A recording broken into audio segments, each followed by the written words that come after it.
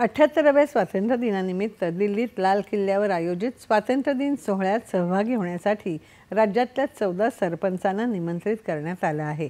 अकोला जिल्ह्यात आदर्श गाव असणाऱ्या कापशी रोडच्या गावच्या सरपंच वेणुताई उमाळे यांनाही या सोहळ्याचं निमंत्रण आलं आहे। या गावात सुरू असलेल्या विविध उपाययोजना तसंच जलजीवन मिशन आणि स्वच्छ भारत मिशन या मोहिमांची दखल घेऊन त्यांना हे निमंत्रण आलं आहे। याबाबत वेणुताईंनी आनंद व्यक्त केला असून हा क्षण आपल्या आयुष्यातला आनंदाचा क्षण असल्याची भावना त्यांनी व्यक्त केली।